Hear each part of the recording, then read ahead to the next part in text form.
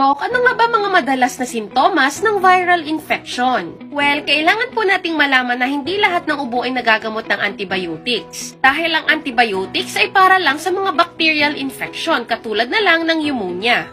At hindi po ito makakatulong kung meron po tayong viral illnesses katulad ng cold, flu, or sore throat. So ano nga po ba ang madalas na sintomas? Number 1, runny nose. Number 2, sore throat. Number 3, dry cough. Number 4, madalas na pagbahing. Number 5, may kaunting pananakit ng mga kalamnan or sumasakit ang ulo. And number 6, may low-grade fever.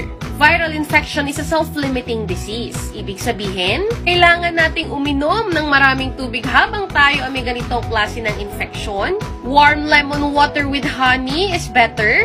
Babawasan lang po natin ang too much caffeine and alcohol dahil nakaka-dehydrate din po ito at mas nakakadagdag ng mucus or phlegma.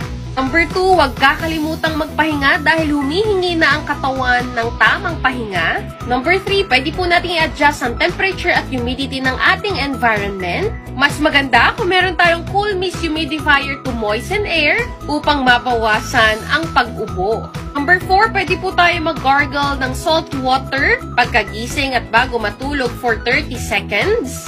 At huwag kakalimutan na palaging maghugas ng kamay. Prevention is always better than cure. Stay healthy po!